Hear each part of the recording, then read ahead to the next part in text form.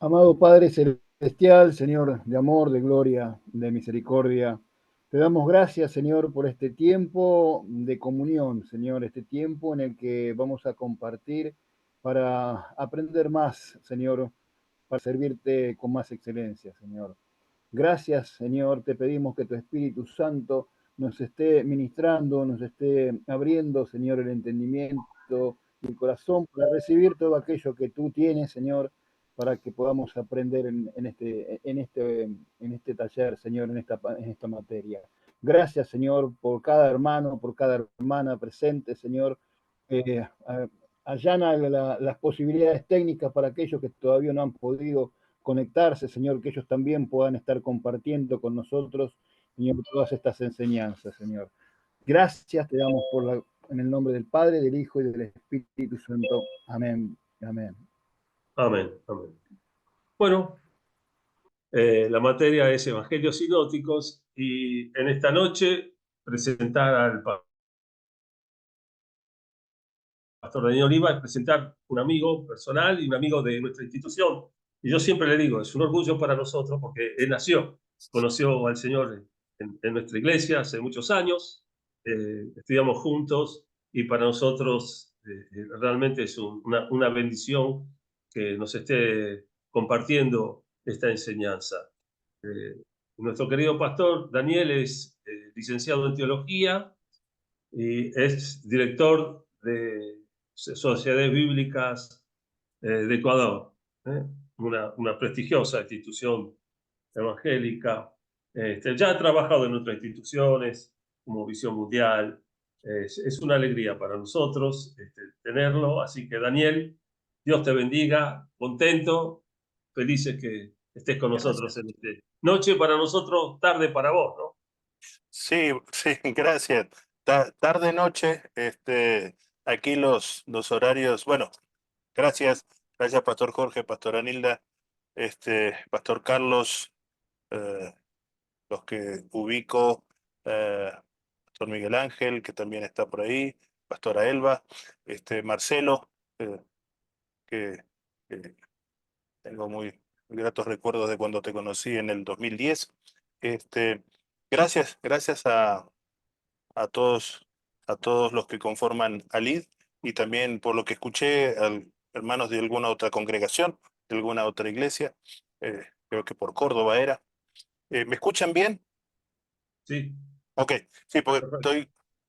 estoy medio resfriado, entonces tengo así como la cabeza metida dentro de un casco. No me escucho bien. Este, como dijo el pastor Jorge, para mí es una alegría estar con Alid, estar con el seminario.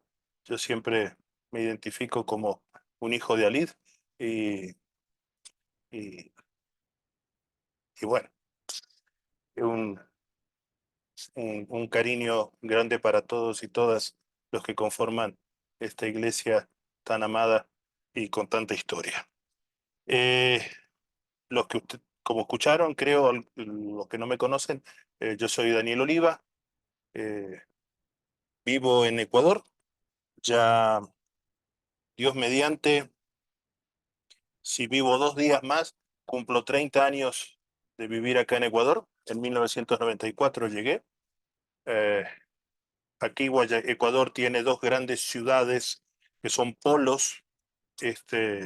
Uno es la capital, que es Quito, donde yo resido con mi familia aquí desde el año 2000, desde el 2000, pero desde 1994 cuando llegué, viví en la segunda ciudad, que es como el polo económico que se llama Guayaquil, es una ciudad de la costa.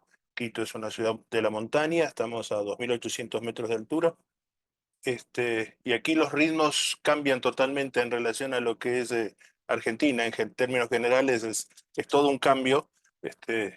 Aquí ya a esta hora estamos considerando que está entrando la noche, son las 18:13 aquí, 20:13 en Argentina. Este, 18:13 ya es el tiempo donde los que tienen trabajo van volviendo al trabajo. Y digo los que tienen trabajo porque es una situación que creo es necesario mencionar, porque si vamos a leer las Escrituras, tenemos que leerlas desde el contexto donde estamos. Ecuador, desde hace aproximadamente unos 7 años, ha entrado en una pendiente hacia abajo, no una pendiente de subida, sino una pendiente declinante, donde todos los índices de bienestar social o bienestar comunitario se han deteriorado. Eh, Estaba escuchando justamente hoy en la mañana, muy temprano, algunos índices que hablan de aproximadamente un 30% de la masa laboral desempleada, lo que representa aproximadamente 30% de 17 millones. Estamos hablando de unos 3.100.000 personas que están quedando arañando, están agarrándose del mercado laboral. Esos 3.100.000 personas, si vemos en cuanto a ingreso per cápita, estamos hablando de que aproximadamente 5 a 6 millones viven con menos de $3 diarios. El equivalente creo que es como 3.000 pesos ahora, me parece, ¿no? De lo que he escuchado está como 1.000 pesos, $1. Este, Calculen ustedes lo que se puede hacer con 3.000 pesos en la economía diaria de Argentina, y 3.000 $3 es absolutamente nada. Si uno sale a trabajar y quiere comer un almuerzo, que es un plato de sopa con un pedazo de carne, pollo, pescado, con poco de arroz y ensalada y un vaso de jugo, eso está aproximadamente $1.75, $2. O sea, imagínense, 3.000 pesos, $3 para una familia de 3, 4 personas, es vivir casi condenado a la pobreza extrema. Y digo esto no porque vayamos a hacer una lectura sociopolítica de los evangelios. Es meritorio hacerla y es necesario hacerla, quizás en algún momento de la vida ministerial, sino porque ese es el contexto desde donde yo leo las Escrituras. Yo leo las Escrituras desde un contexto determinado. Eh, Tengo compañeros y yo leo las Escrituras de un contexto determinado, no viviendo esa realidad. Como bien dijo el pastor Jorge, yo soy director de una sociedad bíblica nacional, la Sociedades Bíblicas Unidas en Ecuador. Hace 7 años que la estoy dirigiendo, y mi nivel salarial es más elevado que $3 diarios, pero muchas hermanos y hermanas de mi congregación viven esa realidad. Entonces, cuando leo las Escrituras, las leo desde mi contexto, la leo en compañía de personas que viven otro contexto económico, familiar, laboral, educativo, ¿no? De relación sentimental, lo que sea.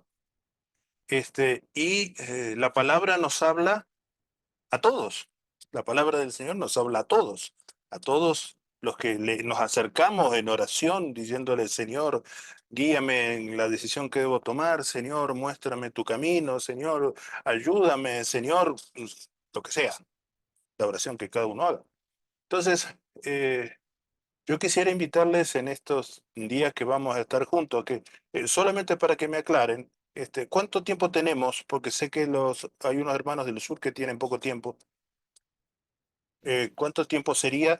Ahora Por, no hay tenemos hasta máximo hasta las 10 de la noche, pero ahora normalmente ahora ahora son 8:17, ¿no? Tienen ustedes 8:17, acá sería hasta 22, hasta las 22. 22. O sea, Sí, sería como 1 hora y media, 2 horas, pongámosle. sí, Los sí. hermanos del sur que se tengan que retirar, ¿cuánto tiempo van a estar No, más o no, menos? normalmente no hay problema. Ellos se desconectarán, supongo yo que 9 y 21:30.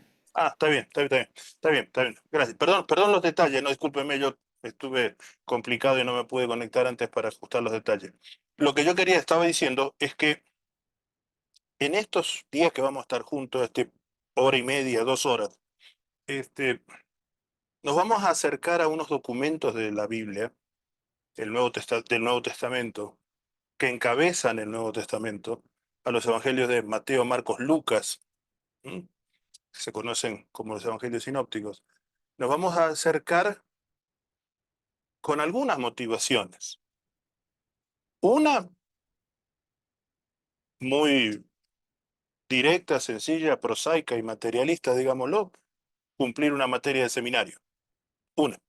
Está en el pensum, está en la currícula y tenemos que cumplirla, la tenemos que cumplir. Bárbaro. Les cayó en suertes, así echaron suertes con el Urín y el Tumim y les cayó en suerte tener que aguantarme a mí. Pero bueno, eso va a ser duro, ¿no?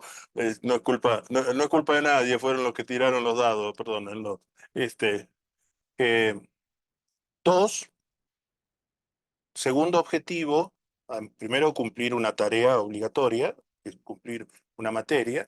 Dos, acercarnos a los únicos documentos que nos muestran a Jesús en acción. En realidad son 4 los evangelios: Mateo, Marcos, Lucas y Juan, pero por la especificidad y las relaciones de texto y de estructura y de contenidos, nos vamos a abocar a los 3 como, que forman como un subcuerpo dentro del cuerpo literario llamado Evangelios. Pero si lo tomamos los 4, Mateo, Marcos, Lucas, Juan, o Mateo, Marcos, Lucas, no importa, son los únicos documentos del Nuevo Testamento donde vemos a Jesús en acción.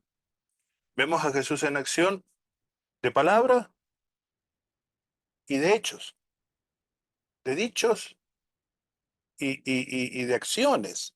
Eso es importante, porque si bien todos los cristianos evangélicos reconocemos que, como siguiendo lo que dice San Pablo en 2 Timoteo 3:16 en adelante, toda escritura es inspirada por Dios y es útil para todos lo sabemos.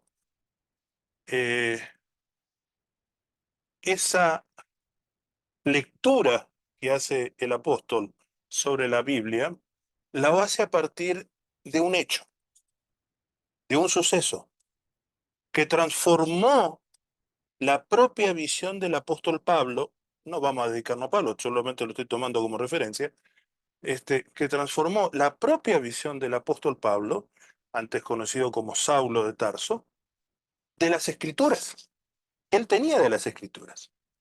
Saulo, un judío de pura cepa, como encontramos en algunos testimonios, algunas veces donde él cita su testimonio ante las autoridades de su tiempo en el libro de los Hechos.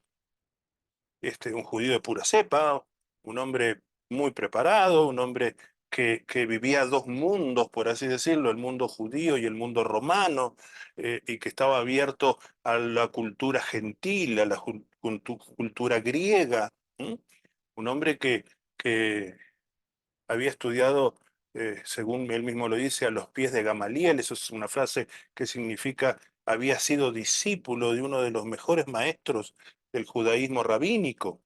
¿eh?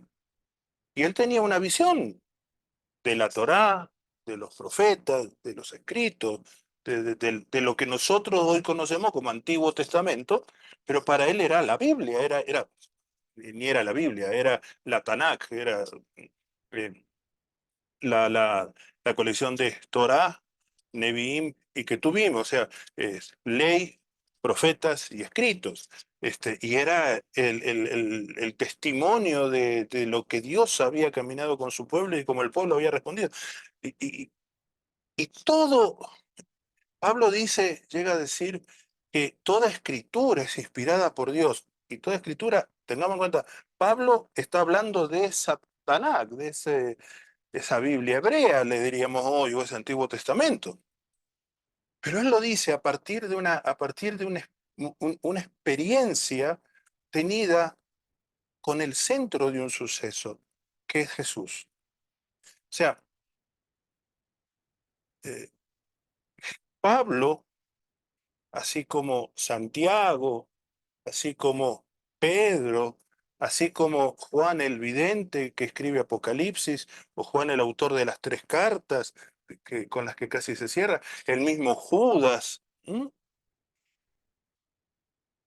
Mateo, Marcos, Lucas, Juan, escribieron lo que escribieron porque tuvieron ese encuentro vivencial con aquel que transformó la experiencia religiosa dentro del judaísmo y posteriormente, a través de la predicación apostólica, después de su muerte y resurrección, transformó la vida y la experiencia religiosa fuera del judaísmo en el mundo de los paganos. O sea, es Jesús, estoy hablando obviamente de Jesús, Jesús Nazareno, Jesús el Hijo del Dios viviente, Jesús el Cristo, el Hijo del Dios viviente, como lo queramos llamar. Pero para descubrir y conocer a ese Jesús que tuvo la capacidad de ser un sujeto transformador de las experiencias religiosas del judaísmo y de, digámoslo así, de la comprensión de las escrituras judías, escrituras hebreas, es necesario acercarnos a Jesús. Y ese Jesús, a Jesús solamente nos podemos acercar así, como viéndolo en recuadros, en pincelazos gruesos, a veces algunos un poquito más finos, pero bueno, en general en pincelazos gruesos, lo hacemos a través de los evangelios.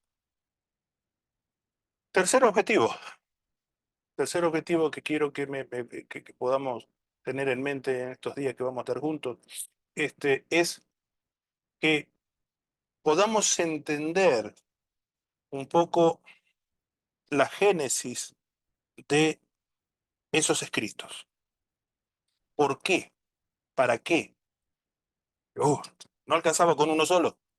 No era suficiente uno solo, que tenemos 4. Y de los 4 vamos a tratar de entender un poco los primeros 3. No era suficiente uno solo. ¿Por qué 4? ¿Por qué no 15? ¿Por qué no 2? ¿Mm? La fijación del canon es un proceso que no nos vamos a meter porque eso corresponde al desarrollo teológico de la Iglesia. Y tiene más que ver con cuestiones teológicas e históricas que con razonamientos bíblicos o, mejor dicho, razonamientos que se pueden deducir intrínsecamente del texto bíblico. Eso es otra cosa, otro momento lo verán con otra persona. Pero tenemos 4 testimonios de Jesús. Y el tercer objetivo que quiero plantearles, o la tercera propuesta para que podamos caminar juntos, es que nos acerquemos a los evangelios sinópticos desde nuestras propias experiencias de fe en nuestras comunidades de fe. Escuché, si no me falla, no recuerdo toda la lista de iglesias que tiene Alidi, pero algunas más, algunas menos, no sé cómo está ahora, pero escuché, por ejemplo, que Solano, ¿quién está en Solano? San Francisco Solano. ¿Quién es? ¿Marcelo? ¿Está como pastoreando en Solano? No. Miguel Ángel, El Ángel, Miguel Ángel y Elba. Elba y el pastor Gerardo Báez. Y Gerardo Báez. Ok. Marcelo, ¿tú estás en alguna iglesia pastoreando? Digo así porque es el primero que veo. Tengo el Zoom, me salió toda una tira de caritas hacia arriba. No, Sí, yo estoy pastoreando en San Vicente. San Vicente, San Vicente. En San Ya, Vicente. bueno, San Vicente, San Vicente, San Vicente. Ya.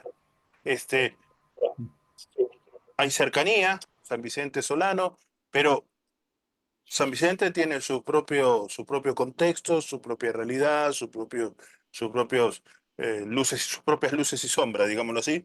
Solano también tiene lo suyo. Aldo Bonzi, creo que escuché decir a la pastora Nilda. Bueno, entonces yo quisiera que nos acercáramos a los evangelios, a los evangelios sinópticos desde nuestros propios contextos. ¿Por qué?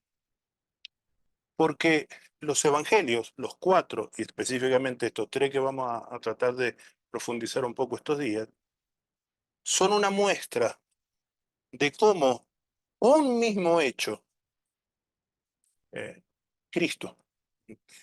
Recuerdo hace muchos años leí un libro de un especialista del Nuevo Testamento, un maestro del Nuevo Testamento de origen inglés, Charles Dodd, que escribió un librito de divulgación, no era un libro muy pesado, todavía se puede, creo que se puede encontrar por ahí, yo creo que tengo una versión digital, se las puedo compartir. Si ustedes después me dicen qué persona concentro para mandarle la información y para que la puedan tener, que se llamó El hecho de Cristo. El hecho de Cristo.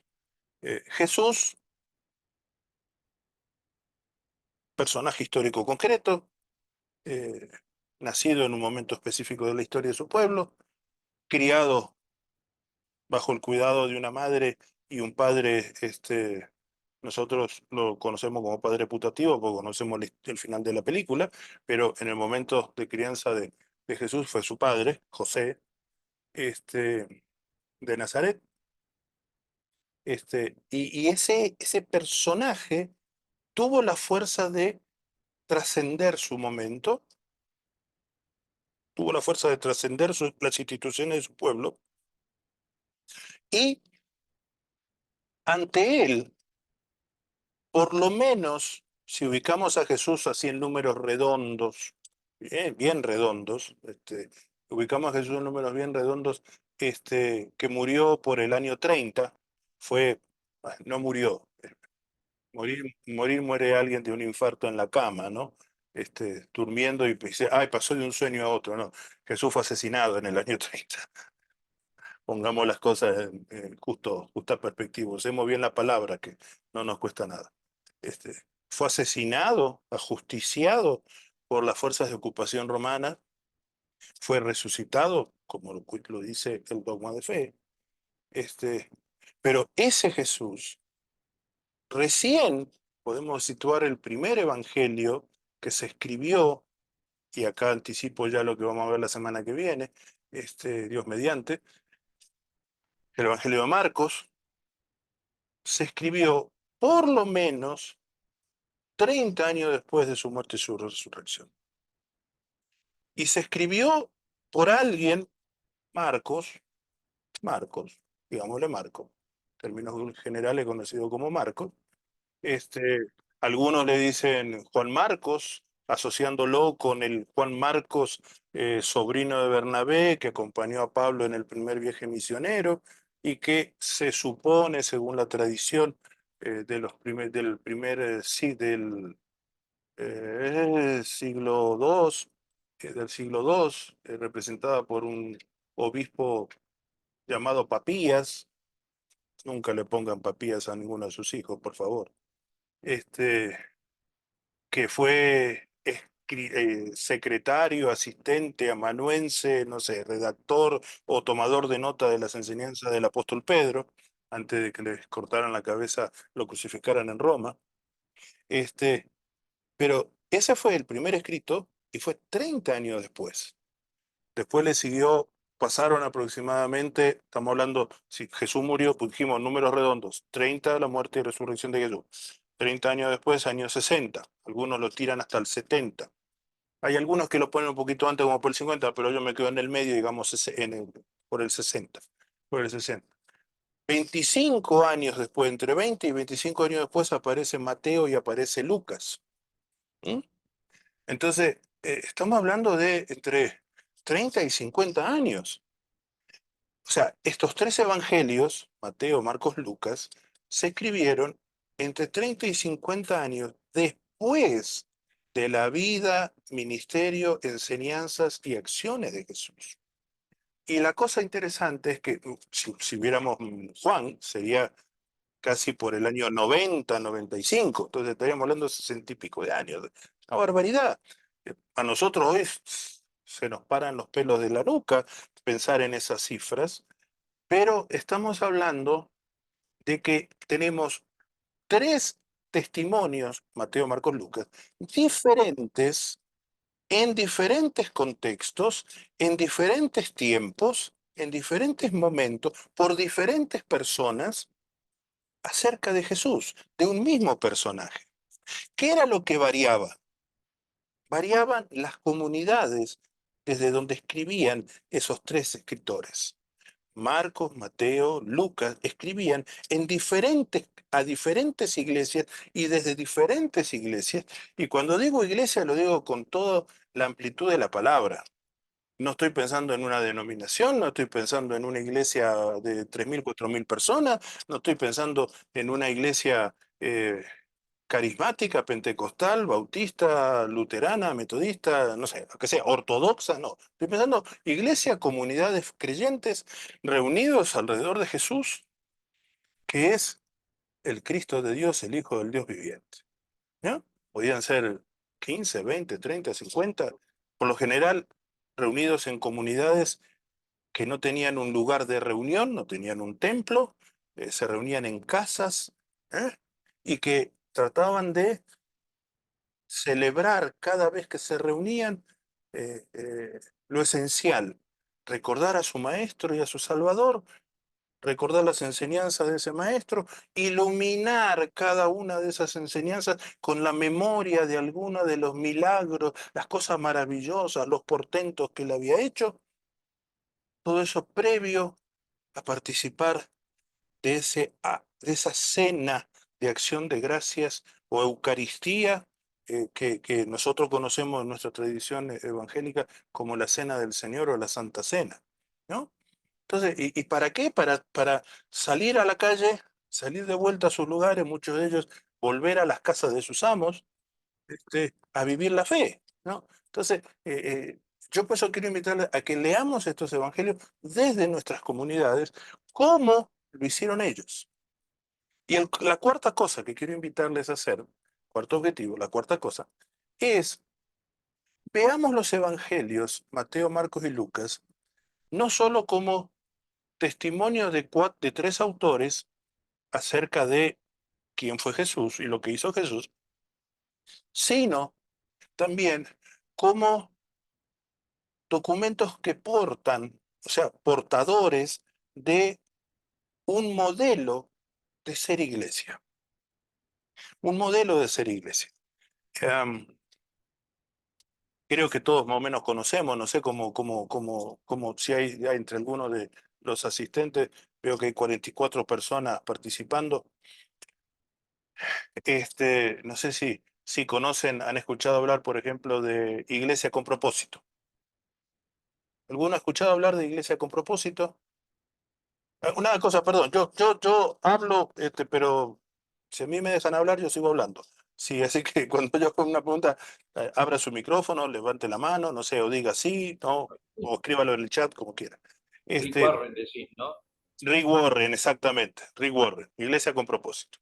Otro puede ser, creo que es Christian Schwartz, Iglesia Saludable, modelo de iglesia saludable. 8 principios para la edificación de una iglesia saludable. Otro, qué sé yo, puede ser iglesia orgánica, el crecimiento orgánico de la iglesia, ¿no? Esos son modelos de disque crecimiento, podemos decirlo, crecimiento. Todo esto empezó a aparecer así medio como hongos después de la lluvia, empezaron a brotar a partir del modelo de crecimiento, crecimiento que surgió allá por la década de los 70, 1970, en el Seminario Teológico de Fuller, en Pasadena, California. Los gringos suelen decir que todo lo loco sale de California y a veces lo teológico loco también sale de California, ¿no? Dicen algunos, pero bueno, que eran como modelos para cumplir la gran comisión, para establecer iglesias, para formar discípulos, para adorar, para movilizar a la iglesia, bueno, todo eso. Esos son modelos, digámoslo, desde una perspectiva más administrativa, aunque sí tiene componentes de reflexión bíblico-teológica. Yo lo que quiero proponerles es, cuando nos acerquemos a cada uno de los 3 evangelios sinópticos, Mateo, Marcos, Lucas,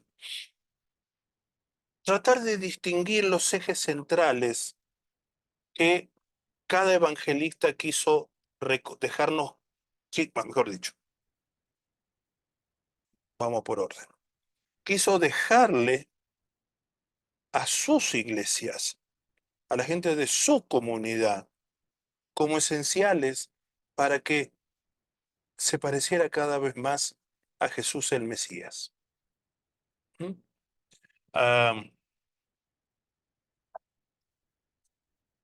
creo que sería una arrogancia extrema decir que los evangelistas nos dejaron a nosotros. No, no.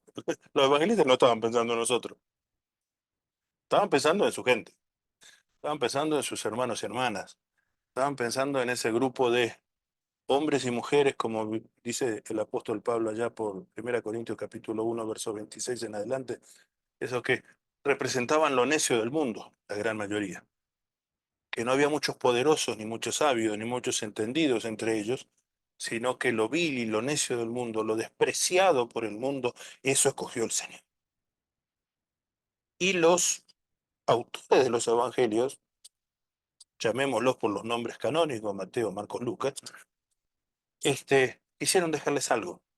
Quisieron conformar a esa comunidad, a esas comunidades, a su comunidad, al modelo de Cristo, al modelo de Jesús.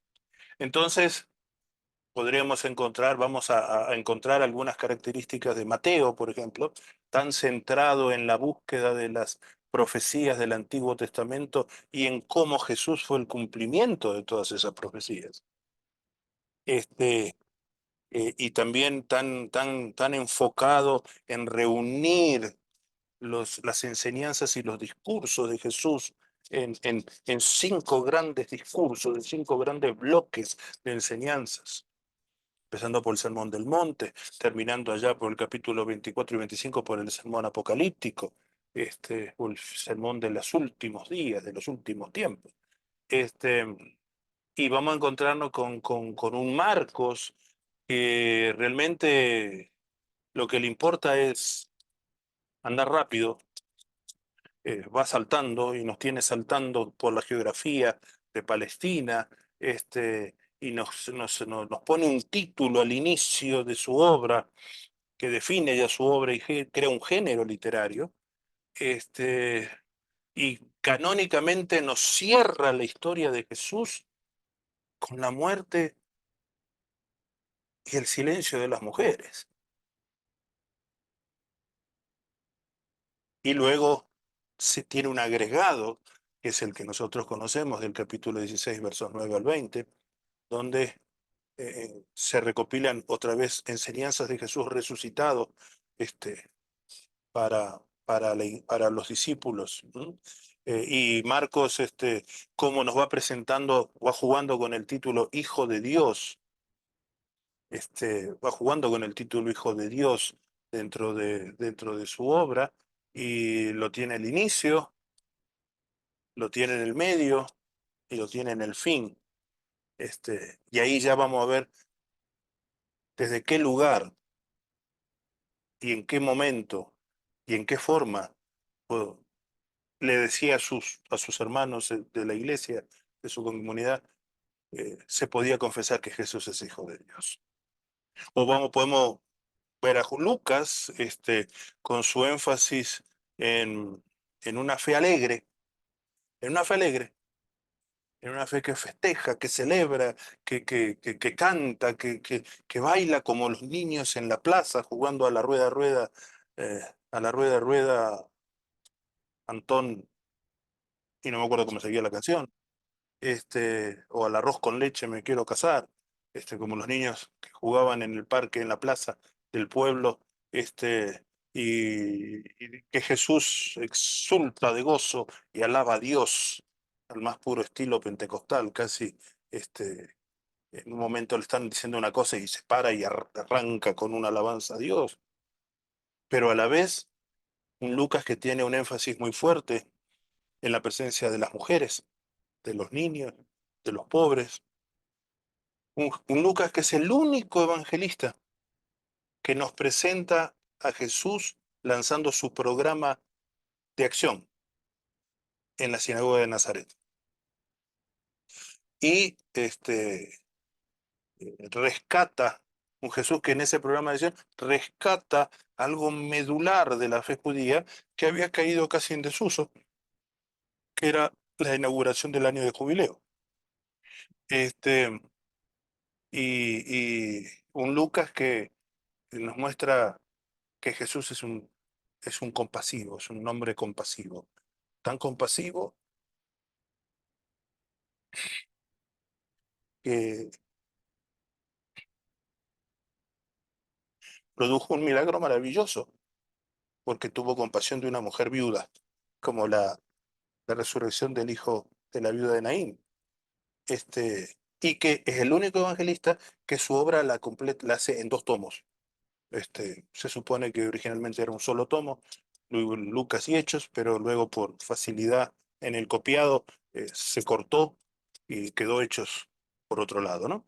Entonces, yo les invitaría, quiero invitarles con esto último, a que podamos revisar los evangelios y a ver qué nos dicen a nuestros contextos. Yo creo que todos ustedes son líderes, pastores y pastoras, lideresas de iglesias ya establecidas y que han estado luchando y poniendo el cuerpo por mucho tiempo en la obra del Señor. Pero quizás el Señor levante alguna visión nueva para abrir una obra nueva, o haya jóvenes. Vi por ahí una hermana que no conozco, de pelo largo, joven, o pueda servir para desafiar la lectura de los evangelios, pueda servir para desafiar en la plantación de nuevas comunidades con las características, algunas de las características de estos evangelios. Porque ya vamos a ver cómo, pues ya lo dije, pero partiendo de la base de que cada evangelista responde a un contexto vital, a un contexto particular. Y también eso, para responder a eso, ellos han hecho selección de las cosas que nos querían contar, o les querían contar, y por la acción del Espíritu Santo nos cuentan hoy a nosotros acerca de Jesús. Ok, hago una pausa ahí porque necesito tomar agua, perdónenme. Mientras tanto, sí, sí, si tienen alguna pregunta, quieren hacer alguna reacción o contarme cuántos hijos y nietos tienen, bienvenido.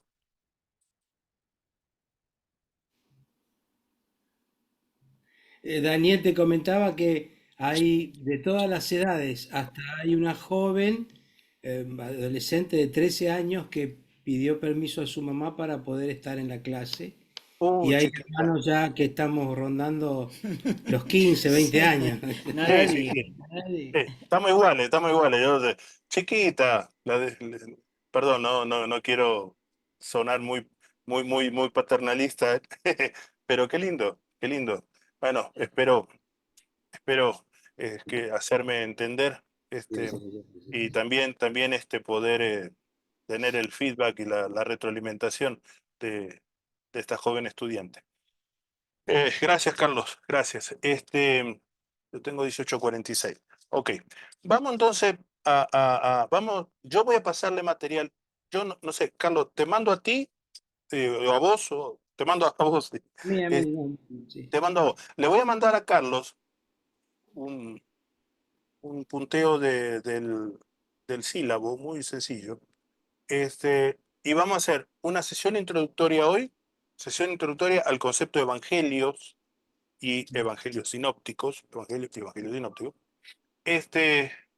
Y vamos a ver la semana que viene Marcos, la otra vamos a ver Mateo y vamos a ver Lucas. Eh, Primera cosa de lectura, yo le diría,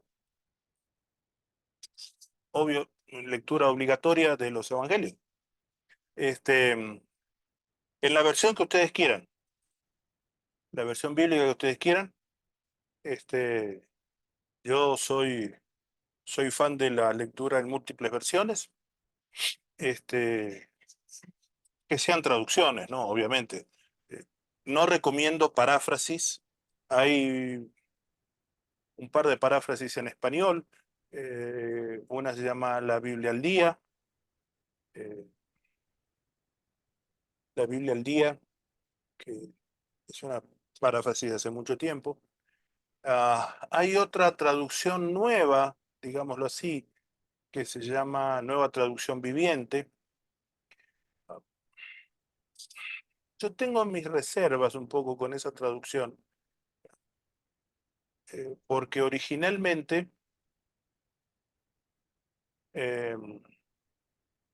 originalmente esa traducción surge en inglés como una paráfrasis. Ah,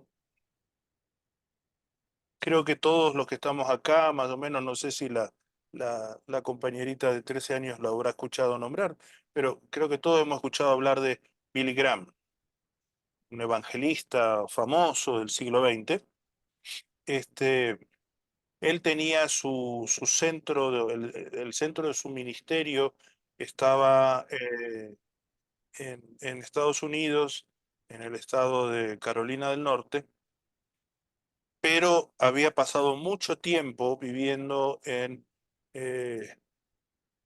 en un estado al norte, que es el estado de Illinois, donde hay una ciudad que quizás la hayan escuchado nombrar por las series de televisión, Chicago. Y alrededor de Chicago se desarrolló todo un polo de instituciones de educación teológica y formación pastoral y misionera. Y un pastor de ahí eh, empezó a escribir para sus hijos, niños pequeños, a escribirles el Nuevo Testamento en un formato que lo pudieran entender. Sería como si agarráramos la Reina Valera del 60 y la pusiéramos en nuestras propias palabras, pensando con el objetivo de que nuestros niños de 5, 6, 7, 8, 9 años la puedan entender. Sus propios hijos. Y fue recopilando todos los escritos, esas versiones actualizadas o esas paráfrasis, y por algún medio le llegó todo eso recopilado a Billy Graham, lo leyó, le gustó y aupó o apadrinó la publicación de ese Nuevo Testamento y le pusieron por título New Living Bible, la Nueva Biblia Viviente. Eh, Luego eso creció, Billy Graham lo adoptó para su ministerio, para las campañas y las cruzadas evangelísticas que hacía en todo el mundo, y del inglés la traducían a los diferentes idiomas, ¿no? Donde iba habiendo discípulos que se convertían, ¿no? Entonces, a partir de eso se desarrolla el Antiguo Testamento y más o menos por inicios, antes de que, en la primera década del año 2000, entre 2000 y 2010, se hace un esfuerzo de adaptarlo a traducción. Se lo corrige, se modifican cosas y se le da un título de traducción. Hoy tiene mucho uso esa Biblia y está recorriendo en muchas de nuestras iglesias, quizás en sus iglesias también esté. Yo tengo mis reservas para usarla como una herramienta de estudio formal porque tiene algunos giros de traducción que a mí no me caen bien. Pero bueno, ¿quién soy yo? Juan de los Palotes. Eh, pero lo que sea, si usted tiene una Biblia católica, porque es la que usted recibió, si usted tiene una Biblia Reina Valera 60, Reina Valera 95, Reina Valera contemporánea, tiene una Biblia Dios habla hoy, no sé, la que usted tenga, esa puede hacer. Yo le invitaría que durante estas semanas usted pueda hacer su lectura eh, de los tres evangelios, Mateo, Marcos, Lucas. Si tiene una Biblia con referencias, ¿cuáles son las referencias? Las referencias son algo así como eh, esas letras chiquititas que aparecen en los textos bíblicos, eh, en la parte, no aparecen en la misma línea del texto, sino aparecen elevados, superscrito se llama, superscript, y luego abajo tiene esa letra, se la repite abajo y tiene una serie de versículos, citas, puede estar abajo, en algunas versiones, algunas ediciones la tienen en el medio, en una columna en el medio con letra más chiquita. Si tiene una Biblia con referencia, mejor, mejor. Y porque usted va a poder encontrar en esas referencias cruzadas, técnicamente se llaman referencias cruzadas, la conexión de ese texto, de alguna de las palabras de ese texto, con algo que viene en el Antiguo Testamento o que viene más adelante. Y eso como que le ayuda a ampliar la visión del texto, ¿no? Entonces, si usted tiene varias versiones, va a encontrarse con que posiblemente cada versión tenga títulos diferentes o títulos que varían, no mucho, pero varían de palabra. ¿Eso qué nos dice? Que los títulos no son Biblia. Los títulos están en la Biblia impresa, pero no son Biblia. Son una herramienta agregada por los editores, por las casas editoriales, para una mejor división, un mejor ordenamiento del texto, ¿no? ¿Ok? Pero sirven para eso, pero no son, y a veces interrumpen el flujo natural del texto, ¿no? Los evangelios, como todo el Nuevo Testamento, no fue escrito dividido en párrafos, ni en verso a verso, uno abajo del otro, ¿eh? No había ni número de capítulos, ni había número de versículos, ni había divisiones. Era todo una tira de palabras, por lo general, primero escritas todas en mayúscula, en letras mayúsculas en griego, y todas unidas. El lector sí sabía dónde estaban las divisiones, obviamente, pero era la forma de escribirse en ese momento. Luego, posteriormente, se separaron las palabras y se separaron entre mayúsculas y minúsculas, y tenemos manuscritos diferentes. Tenemos manuscritos mayúsculos, que son los más antiguos, tenemos manuscritos minúsculos, que son mayúscula y minúscula, y con las palabras separadas. Eh, y luego muy posteriormente se dividieron en párrafos, o como se llama formalmente en estudio bíblico, perícopas. La perícopa es un texto que es una unidad de sentido propio. Quiere decir, yo agarro esa porción bíblica, la saco, y tiene principio, medio y fin. Principio, medio y fin. ¿Eh? Eso es una perícopa, que dentro del tejido general del libro cumple una función. ¿Okay? Pero usted lea como quiera, lea en la versión que quiera. Le digo lo de las referencias porque siempre ayuda a ampliar el conocimiento del texto. Y a ver también cómo un pasaje del Evangelio de Marcos, por ejemplo, se repite o tiene su paralelo en Mateo y en Lucas. ¿Ok? Paralelo en Mateo y en Lucas.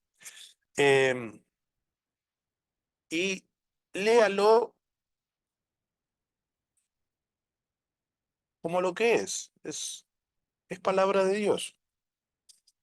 Es palabra de Dios, que nos ha llegado a nosotros a través de la preservación del texto bíblico,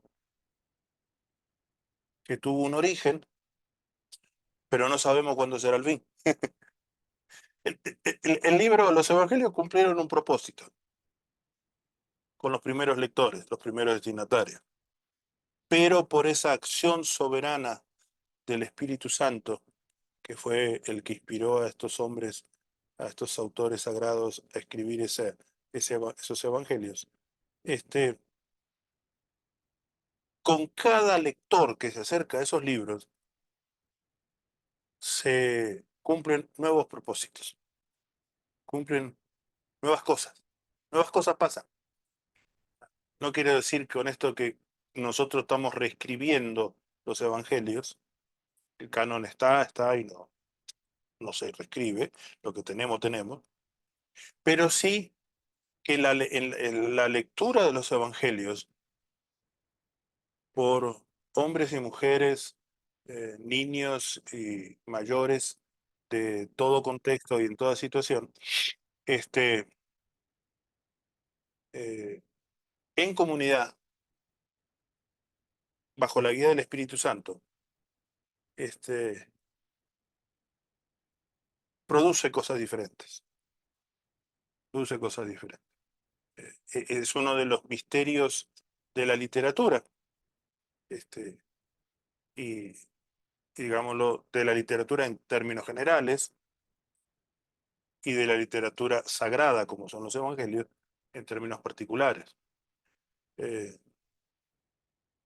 Por así decirlo, podríamos decir, así, una definición rápida, que el texto, una vez que sale de la pluma del autor, se vuelve anónimo y se vuelve de todos. No recuerdo qué autor fue el que dijo que el texto es patria. ¿Mm? Quiere decir que el texto nos pertenece a todos y todos pertenecemos al texto. En el encuentro con el texto bíblico, especialmente con los evangelios, nosotros eh, encontramos luces para situaciones de la vida, nosotros somos transformados por el encuentro con Jesús, por el encuentro con los personajes que aparecen ahí, y también somos invitados a entrar en la rueda de discípulos y discípulas que aparecen ahí. Esa es una de las riquezas que tiene los evangelios, y especialmente como que los evangelios como ejemplo de un texto que combina porciones narrativas con porciones legales, con controversias, con historias la historia de pasión. ¿No? Entonces, todo eso nos invita a nosotros a entrar en el texto. Entonces, lo leemos con la reverencia que leemos la palabra del Señor, como creo que Marcelo, cuando terminó su oración, dijo el nombre del Padre, del Hijo y del Espíritu Santo. Me sonó muy sacristán esa invocación, pero bueno, pero me pareció muy bien. Lo leemos en el nombre del Padre, el Hijo y el Espíritu Santo, porque creemos en un Dios que es trino.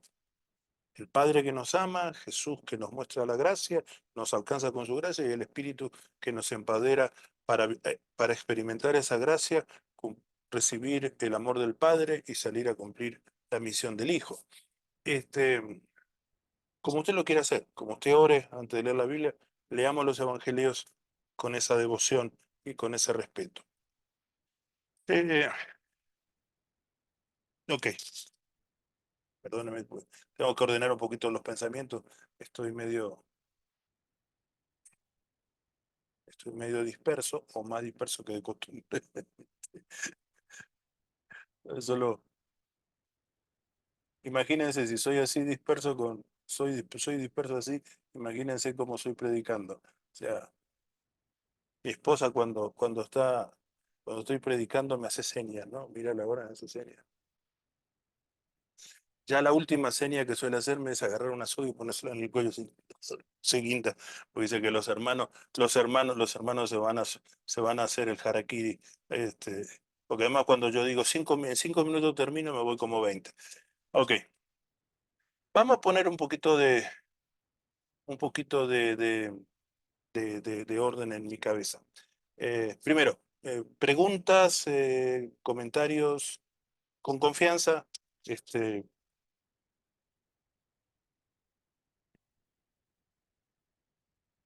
Dudas, clamores, crujires de dientes. No, sería lindo, Daniel, hola, los libros o la literatura. Hola. Yo diría de a uno, si quieren levanten la mano, no sé si Carlos o alguien puede darle el orden, pero no, digo, de a uno para abrir el micrófono, porque si no se puede hacer feedback, Sí. y suena ese ruido raro ahí que molesta. Estaba Miguel Ángel, el pastor Miguel Ángel, que levantó la mano, y luego Delia Griselda Barrios de Río Grande tiró el Ya, fuego. mi Miguel hermana, Ángel. ya, Miguel. Sí, no, es interesante los libros que ayudarán y ayudan a enriquecer el contenido, ¿no? Que estás tirando títulos. Yo los voy anotando, después sería bueno para que aquellos que quieran conseguirlo lo consigan vía internet. Este último que decías es un libro muy interesante, El texto es patria. Pero sería interesante la literatura que vayas tirando, que la vayamos anotando a los efectos de también poder enriquecer el contenido. Gracias, Miguel Ángel. Y perdónenme, he estado un poco complicado con mi trabajo y tengo el borrador de sílabo a medio terminar, por eso no se los paso ahora. Pero una cosa que yo voy a hacer, porque lo suelo hacer siempre, es voy a, voy a subir a una nube, Dropbox o OneDrive, no sé, o Drive de Gmail, no sé, el que sea más fácil para utilizar, y les voy a mandar el link para que puedan descargar una biblioteca básica, una biblioteca básica sobre introducción al Nuevo Testamento y también una biblioteca básica sobre Evangelios sinópticos, y incluyendo también cada uno de los tres evangelios. Mateo, Marcos, general, Nuevo Testamento, introducción en general al Nuevo Testamento, documentos sobre, documentos sobre los evangelios sinópticos y algunas lecturas, algunos materiales de lectura sobre los evangelios, específicamente Mateo, Marcos, Lucas. Y eso son materiales que están en PDF. Hay mucho material disponible, material que está en PDF, pero que cumpla la función práctica de, de ayudar en la lectura y en la comprensión, y también como una herramienta quizás para poder compartir en sus comunidades, en sus iglesias, ¿no? Eso, gracias Miguel Ángel, lo voy a pasar. Mm. Otra hermana, Delia. Griselda, Delia Griselda Barrios. Sí, buenas noches. Ahora, Me pareció muy bueno eso de leer los evangelios desde mi comunidad, desde mi lugar, desde mi sociedad, podríamos decir, que hoy sería bastante controversial. O sea, poder ubicarnos, ¿no es cierto?, en este mundo tan difícil que tenemos hoy, poder ubicarnos y leernos desde allí, me pareció muy bueno, no lo había pensado de esa forma, ¿sí? Quizás es más comprensible, si bien uno cuando lo lee comprende la situación y el momento que vivió y en la sociedad que era, pero trasladarlo al de hoy me pareció algo muy bueno, muy sustancioso, ¿no? Como para decir, bueno, ¿qué puedo sacar de aquello y trasladarlo al hoy? ¿Sí? En la ujú. sociedad hoy, en la que vivo y principalmente en la que están los jóvenes, porque por ahí los que pintamos muchas canas, este, ya hemos vivido muchas cosas y nos hemos dado cuenta de cuánto nos hemos, pero también de qué forma podemos ayudar para que el joven encuentre ese lugar que realmente le corresponde. Gracias. Gracias, mi hermana Delia. Sí, es un poco la intención, ¿no? Tratando de conectar el texto con nuestra misión, o sea, con la misión es la misión de Jesús, ¿no? O sea, ir por todo el mundo, hacer discípulos, bautizar en el nombre del Padre, del Hijo y del Espíritu Santo, estar juntos hasta esperar que el Espíritu Santo nos llene de poder para ser testigos en nuestra Jerusalén, Judea, Samaria, hasta el último de la tierra. Bueno, lo que sabemos que es la misión que el Señor encargó a sus discípulos, ¿no? En los distintos evangelios. Pero también la misión, la tarea específica que el Señor le ha encargado a cada uno y cada una de ustedes, ¿no? O sea, eh, ser testigo en el sur, ser testigo en el centro, en el norte, países vastos, un país tan vasto como Argentina, y ver cómo también el Señor cómo los textos nos iluminan para poder, alcanzar a los grupos específicos que pesan en el corazón, ¿no?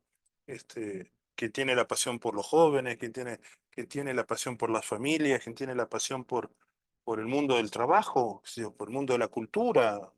También el Evangelio habla, el Evangelio que está presente en los Evangelios, nos habla a todo eso, ¿no? Entonces, gracias. Esa era un poco la idea. Si hay alguien más que quiera compartir ¿Algún comentario o alguna pregunta, alguna duda, algún crujir de dientes? Ok. Entonces, vamos a... a ver si puedo... ok. Voy a leer, esto es parte de un documento que les voy a pasar. Es una introducción escrita por Armando Leborati. Es Introducción a los Evangelios. Es un artículo de unas 15, 18 páginas en formato de Word. Está tomado del libro que se llama Comentario Bíblico Latinoamericano, el tomo dedicado al Nuevo Testamento, publicado por Editorial Verbo Divino. Eh, su escrito, comienza este escrito, Armando Leborati, un biblista argentino, que fue, creo que algunos conocen esta versión, digámoslo así. No sé si me permite, si se puede ver. Se llama La Biblia, el libro del pueblo de Dios. Es una traducción bíblica hecha por traductores católicos argentinos. Los lideraron en los años 80 el padre Armando Loborati y José Truso, que dirigían una parroquia allá por Chacarita, ya fallecidos los dos. Esta es una edición revisada, ya publicada por la editorial Verbo Divino. Y tomo de un autor católico, porque es de esos autores que no hacen propaganda de su doctrina, de temas doctrinales en su traducción bíblica, ¿no? Sino que ponen el conocimiento en un formato muy accesible, ¿no?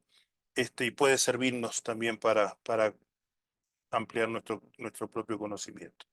Dice Luborati que Evangelio es el título elegido por Marcos como título de su obra.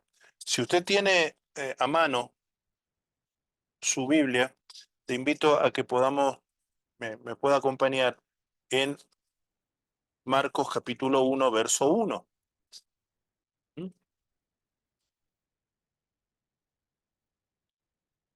Y si usted tiene Marcos capítulo 1, verso 1,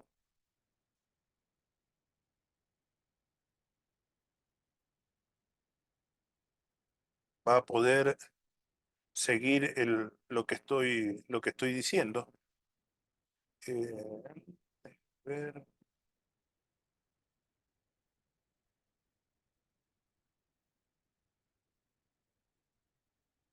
No sé si, Carlos, no sé si es posible poder compartir pantalla. Sí, sí, Sí, se puede. sí. Entonces, si me habilitas para compartir, te agradezco. A ver, espera, Obrador. Mm. ¿No te da a vos la posibilidad? A ver, dame chance. No, me dice el anfitrión inhabilitó la función de compartir la pantalla a los participantes. Ah, No, quizás si me pones como confitrión, ahí está. Sí. entonces ahí capaz puedo hacerlo. A ver. Ahora sí, écoles, ¿Ahí gracias. podés? Sí, sí, ahí está. Este, si vemos, no sé, ¿están viendo la pantalla? Ahí estamos viendo el Zoom. A ver. Que dice Evangelio según Marcos, No. según, ¿no la ven? Ah, su pantalla compartida se está cargando, me sale a mí. Ah, sí, puede ser, sí. Estamos viendo la pantalla del Zoom, de la página del Zoom. Ya, pero no aparece el No, texto, ¿no? todavía no aparece, puede ser que tarde en cargar, ¿eh? Ok, déjame ver entonces. Ahí está. Ustedes están viendo, yo estoy viendo el Zoom ahora. Ok, Sí, compartir pantalla.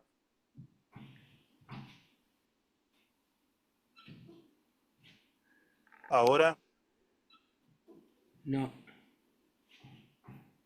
ok. Bueno, está bien. No hay problema. Está compartiendo la pantalla, me dice. Bueno, está bien. Era para que no me vieran a mí, tanto porque se van a salir, van a tener pesadillas. Si usted, la idea sería, ok, si vemos, por ejemplo, Marcos 1:1, dice, principio del Evangelio de Jesucristo, Hijo de Dios.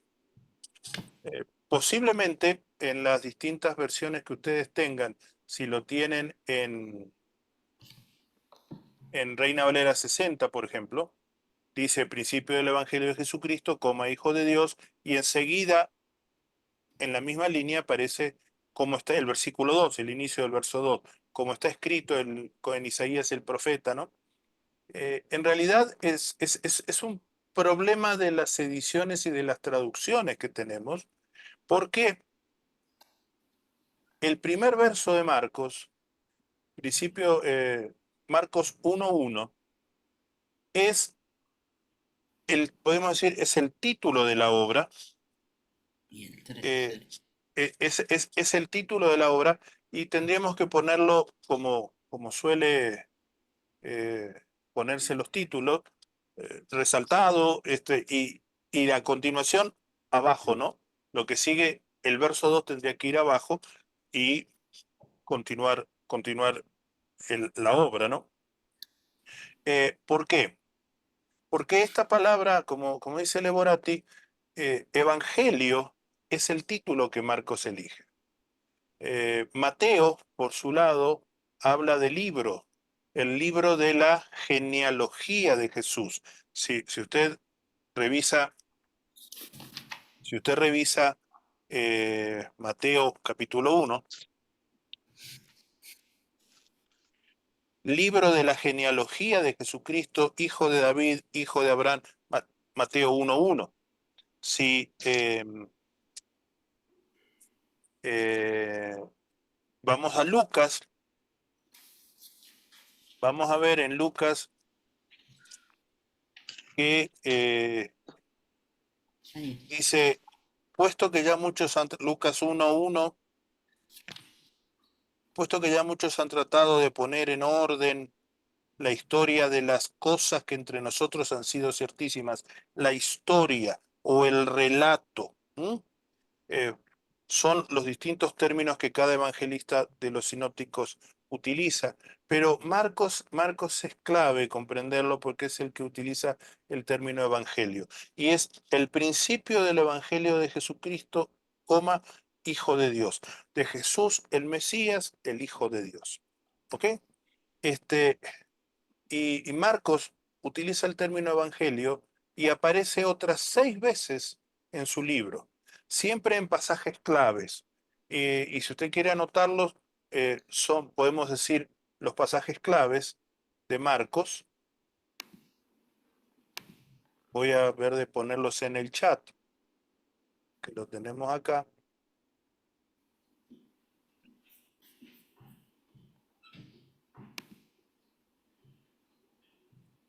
Tenemos Marcos 1:14 y 15, Marcos 8:35, Marcos 10:29, 10:29, perdón, Marcos 13:10 y Marcos 14:9.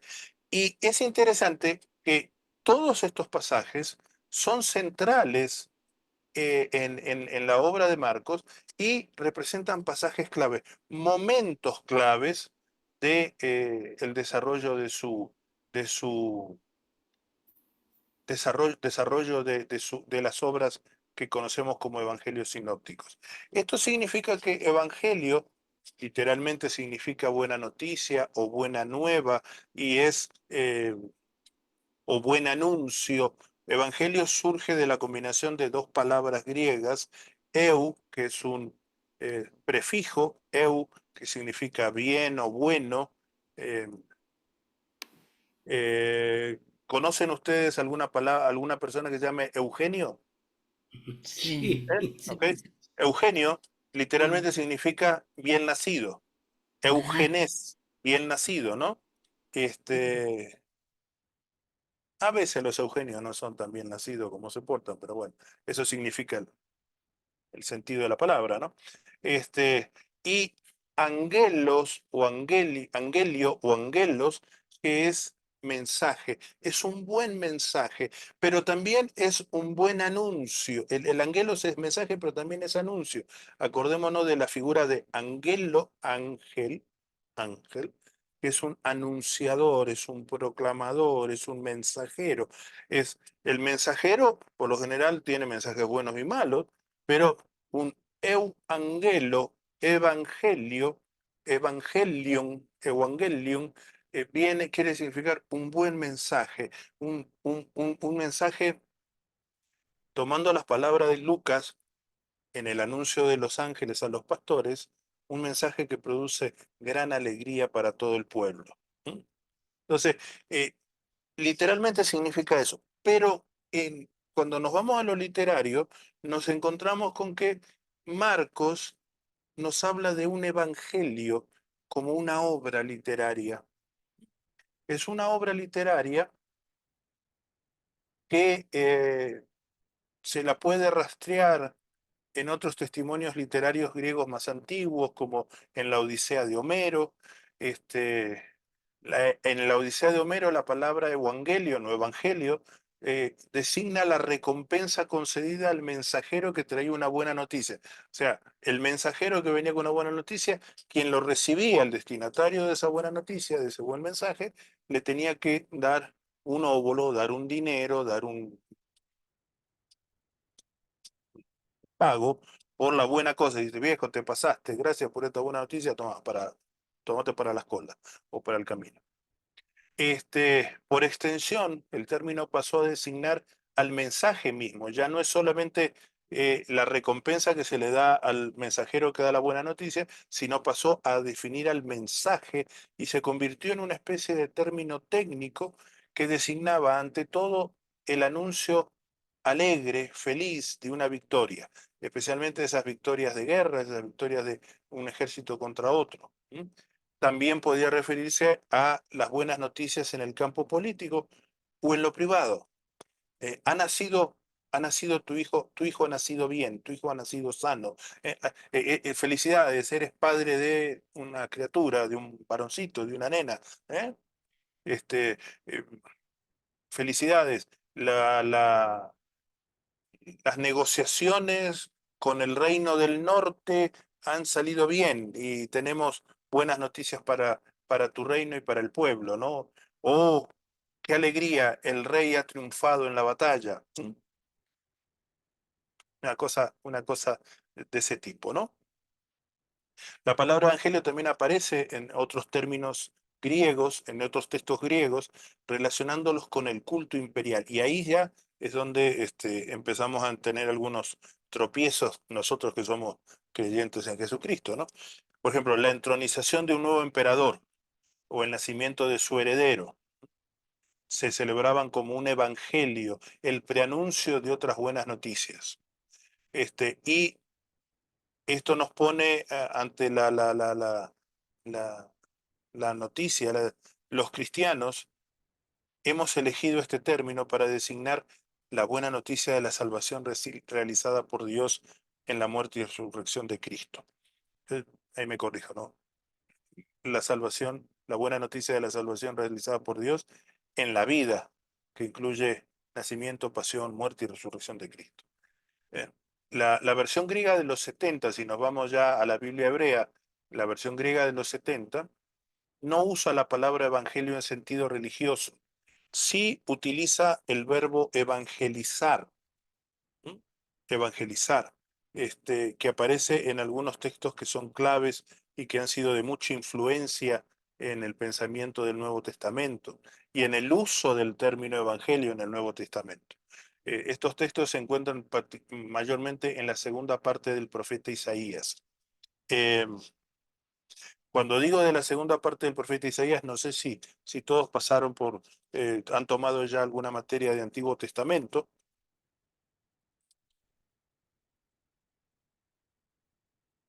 pero cuando leemos los profetas, cuando leemos el libro del profeta Isaías, eh, cuando leemos el libro del profeta Isaías, nos puede servir eh, recordar que Isaías, que es un libro muy grande, no en vano está dentro de los profetas mayores, Y ahí sí, lo mayor aplica a la extensión del libro, no al contenido, porque vale tanto Isaías como Ageo, que es un capítulo. No vamos a poner categorización de los libros por el contenido, sino por la extensión. Si ahí tiene 66 capítulos, nos sirve, por ejemplo, pensar en una estructura como esta. La primera parte es el ministerio de Isaías o los anuncios de Isaías en Jerusalén. Isaías fue un profeta que fue sacerdote en el templo de Jerusalén, y que se encuentra entre el capítulo 1 y el capítulo 39. Capítulo 1 y capítulo 39. Después del capítulo 39, si lo viéramos cronológicamente, ya sería como termina el capítulo 39 en el año 586 después de Jesucristo, antes de Cristo, perdón, con la deportación a Babilonia, el triunfo de los babilonios sobre el reino de Judá, la destrucción de Jerusalén y la deportación de los líderes políticos y religiosos. Y capítulo 40 al 40 al capítulo 55, encontramos la segunda parte de Isaías, que es el ministerio del profeta en Babilonia, entre los desterrados. ¿Okay? Y capítulo 56 al 66, los últimos 10 capítulos, nos reflejan ya el regreso de los exiliados a la tierra de Judá, a la tierra de Judá, y todas las crisis y los mensajes mejor dicho, los mensajes que Dios envía a ese grupo de exiliados retornados a través, sabemos que a través de libro de Nehemías y de Esdras, sabemos que regresaron por órdenes del rey Artajerjes o el rey Ciro, cualquiera de los nombres, hay muchos nombres que se le pueden dar, pero regresa. Entonces, en la segunda parte de Isaías, o sea, entre el capítulo 40 y 55, encontramos el uso del término evangelizar. Si vemos, por ejemplo, Isaías 49, si vemos Isaías 49,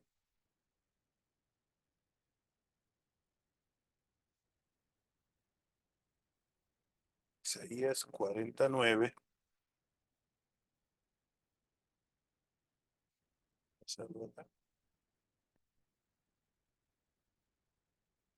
Isaías 49 dice, por ejemplo, súbete sobre un monte alto, anunciadora de Sión. Levanta con fuerza tu voz, anunciadora de Jerusalén. Levántala sin temor.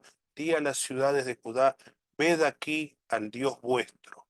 Y es interesante que ese anuncio que se le dice, el anuncio de la salvación, tú que anuncias a Sion, lo podríamos traducir tú que evangelizas a Sion. ¿Mm?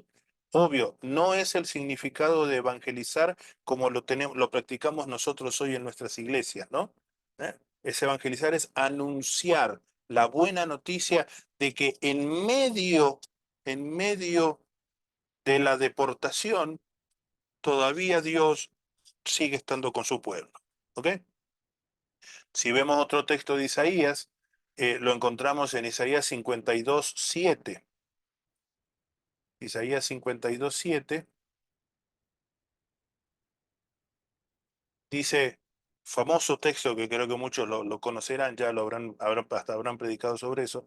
Cuán hermosos son sobre los montes los pies del que trae alegres nuevas, del que anuncia la paz, del que trae nuevas del bien, del que publica la salvación, del que dice a Sión, tu Dios reina.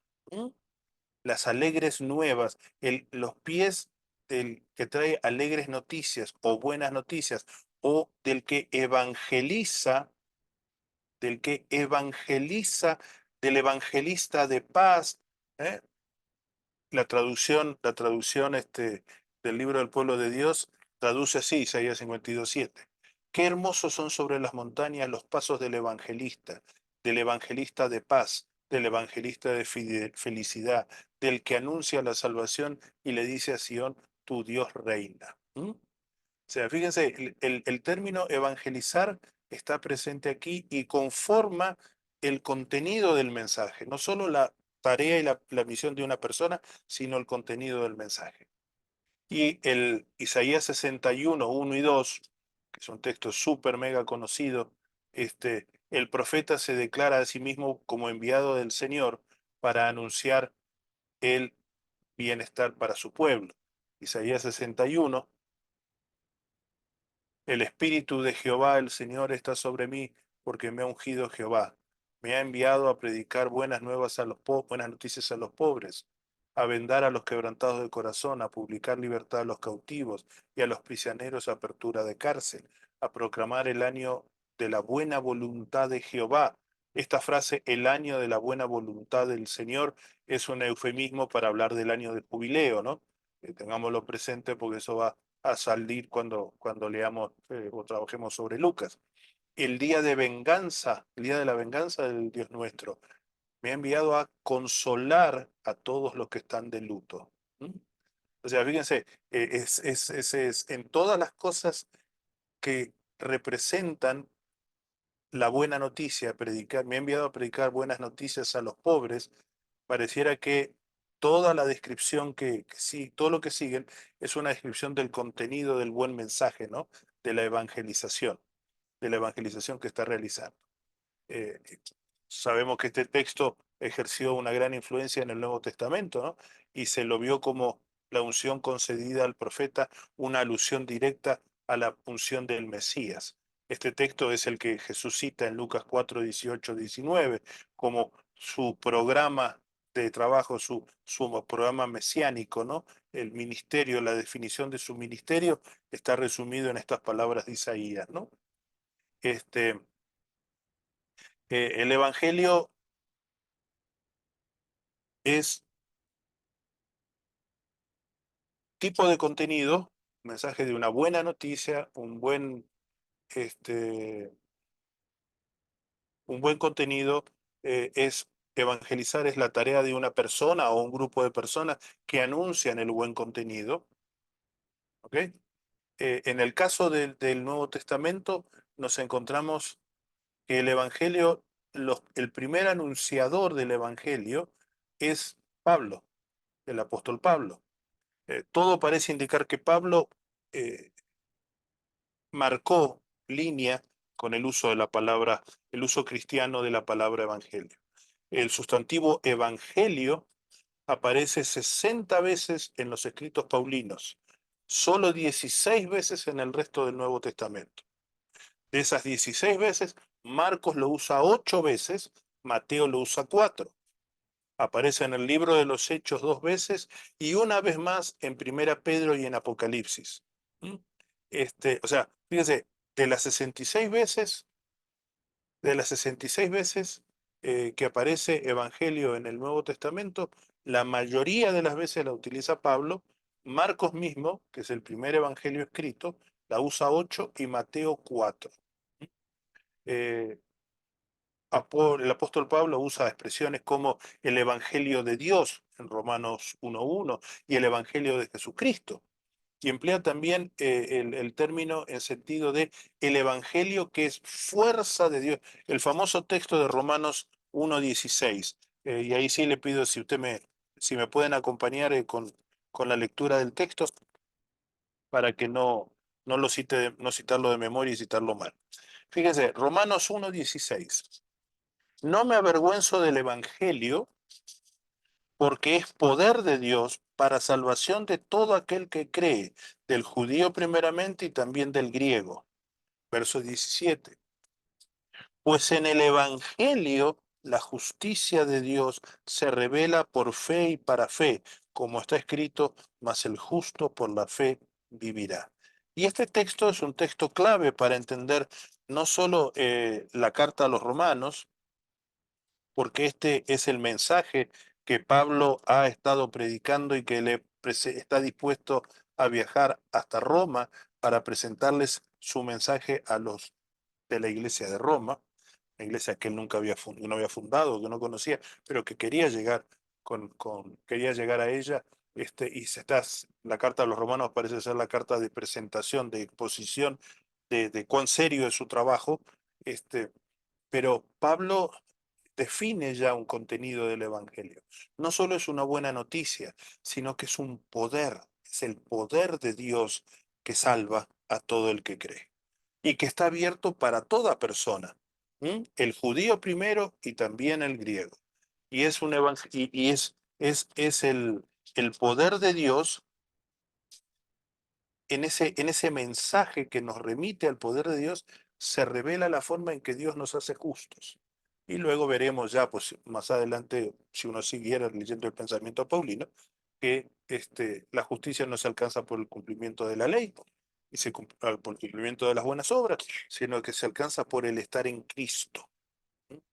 Y en el pensamiento paulino, ese estar en Cristo es casi un sinónimo, yo diría que es un sinónimo completo, de el concepto reino de Dios, que es el que maneja Jesús en su mensaje y tal como lo presentan los evangelios, especialmente los sinópticos, Mateo, Marcos, Lucas. Con esto en mente, vemos un poco la evolución del término, el origen, el significado, la evolución del término evangelio y el verbo evangelizar en el Antiguo Testamento, en el Nuevo Testamento, y llegamos al uso que hace Marcos del término evangelio. Cuando Marcos se pone a escribir alrededor del año 60, 70 su obra, el término evangelio ya estaba bien arraigado y presente en el cristianismo primitivo. En las cartas de Pablo el evangelio era una proclamación oral y básicamente su contenido era la muerte y la resurrección de Cristo y la esperanza en su regreso final o la parusía en el retorno final, sin ninguna referencia expresa a las acciones y enseñanzas de Jesús. O sea, eso es interesante porque Pablo hace un salto con su predicación del mundo judío al mundo griego. Eh, Pablo tiene la capacidad de vivir dos mundos, por así decirlo. Para los que son seguidores de las películas de Marvel, podríamos hablar de que Pablo era un tipo que vivía un multiverso, ¿no? Dos universos conceptuales diferentes.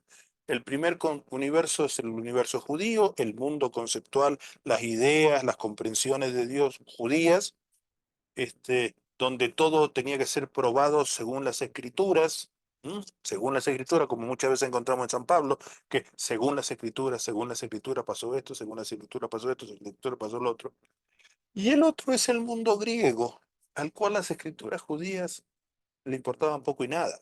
O por lo general, no es que no le importaran, o no quiero sonar despectivo, pero no le decían nada. Las escrituras judías no le decían nada. Entonces encontramos a Pablo que cuando predicaba en las sinagogas de las ciudades griegas, en sus viajes misioneros, recurría a probar que Jesús es el Mesías que debía venir según las escrituras de los judíos. A los judíos le hablaba en términos que comprendieran, pero cuando llega a Atenas, por ejemplo, en el libro de los Hechos, en el capítulo 16 y 17, lo encontramos a Pablo que empieza a hablar en el Areópago, en el anfiteatro donde se reunían los filósofos a discutir la muerte del mosquito. Muchas veces discutían sonceras y otras veces discutían temas claves. Y Pablo empieza a hablarles no de las escrituras judías, sino les habla a partir de lo que dicen los autores de su tiempo, gente que conocía. Y llega a decir una verdad que a mí me dejó, así, me voló la cabeza en su momento cuando lo leí, y pude comprenderlo después de mucho tiempo.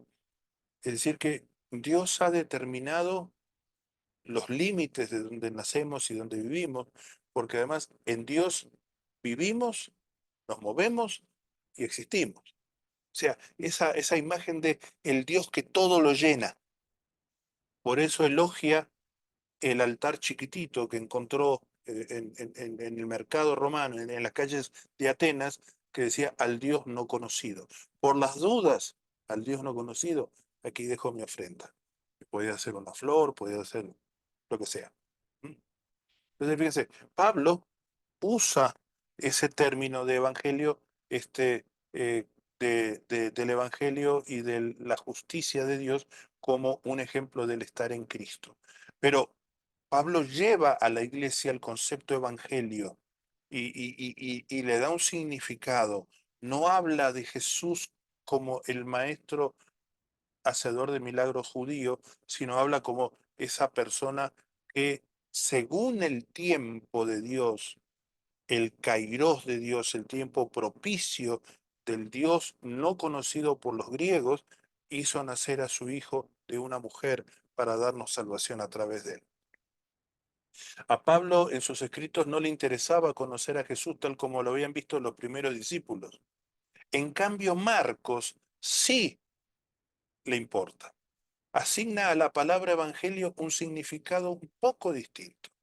La primera frase de Marcos capítulo 1, el verso con el que citábamos al inicio, principio del evangelio de Jesucristo, Hijo de Dios, principio del evangelio de Jesucristo, Hijo de Dios, es clave. ¿Mm? El término principio o comienzo traduce una palabra que en griego se escribe arjé, A-R-J-E, A-R-J-E, y define no solo el inicio de la historia de Jesús, no podríamos traducirlo, no solo define, bueno, había una vez un tal Jesús, digámoslo así, ¿no? Como cuando uno le cuenta los cuentos a los niños, ¿no? Había una vez un tal Jesús, hubo una vez un tal Jesús, que este es el inicio de la historia de Jesús, sino que define a toda la obra. Toda la obra es un evangelio. Todo el escrito es un evangelio. El mismo evangelista dice que él se ha propuesto escribir un evangelio cuyo comienzo es el cumplimiento de Malaquías 3:1 e Isaías 43. Porque si ustedes ven el título Principio del Evangelio Jesucristo Hijo de Dios, y lo que sigue, el primer párrafo de la obra, diríamos así, es una cita donde Marcos combina Malaquías 3 e Isaías 40. Yo envío mi mensajero delante de tu faz, el cual preparará tu camino delante de ti.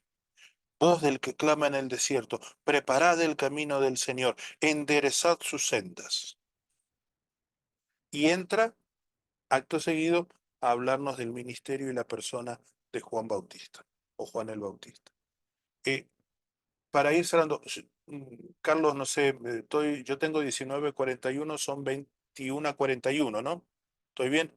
Para ir cerrando, para que los hermanos tengan su... Sí, exacto, sí, ya Exacto, o estaríamos sea, cerrando. Sí, sí, ya sí. antes de que se produzca un suicidio masivo, mejor es cerrar a tiempo. Pero fíjense, Marcos da un paso decisivo al usar este término para referirse a la enseñanza. A la enseñanza, a los, y perdonen la palabra, pero literalmente es lo que Jesús hacía. No eran liberaciones, eran exorcismos, ¿no? Exorcizaba. ¿Qué es un exorcismo? Es quitar un poder. Es una combinación también de dos palabras griegas, el prefijo ex, que es sacar, o jalar o tirar para afuera, y sucia, poder, sacar el poder que está oprimiendo o ocupando la vida de una persona. ¿Ok? Y las curaciones de Jesús. Y también el Evangelio se centra en describirnos el camino que llevó a Jesús a la cruz y la posterior resurrección por el poder vindicador del Padre, ¿no?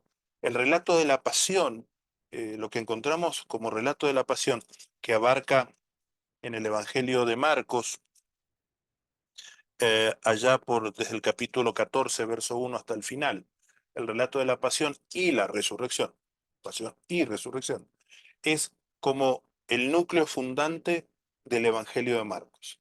Y todo lo que va desde el capítulo 1, verso 2, hasta el final del capítulo 13 o capítulo 14, verso 1, es el camino, la descripción de lo que Jesús hizo, dijo y cómo lo hizo y cómo lo dijo, incluidas las peleas y las disputas de Jesús con los religiosos de su tiempo, hasta y que desemboca en el relato de la pasión.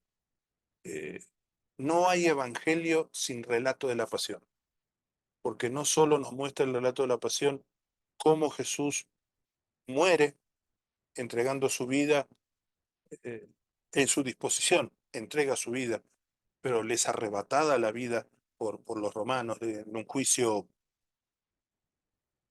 muy marcado por cosas indebidas, pero también cómo el Padre lo resucita y Jesús resucitado comisiona a los discípulos para seguir con la misión que el Padre le había encargado. Dejemos esto acá. Yo voy a pasarle a Carlos algunos contenidos, un borrador de lo de hoy y también algunas tareas que van a ser sencillas y que me gustaría que ustedes puedan conectar los textos que vayamos leyendo con el contexto y con la situación que ustedes están viviendo en sus iglesias, con sus hermanos y hermanas en la fe, en un momento tan particular como el que está viviendo nuestro querido país. Disculpen, por favor, disculpen, por favor, que fue demasiado largo todo esto. Para la próxima semana, si Dios me da vida, tendremos variaciones. Gracias.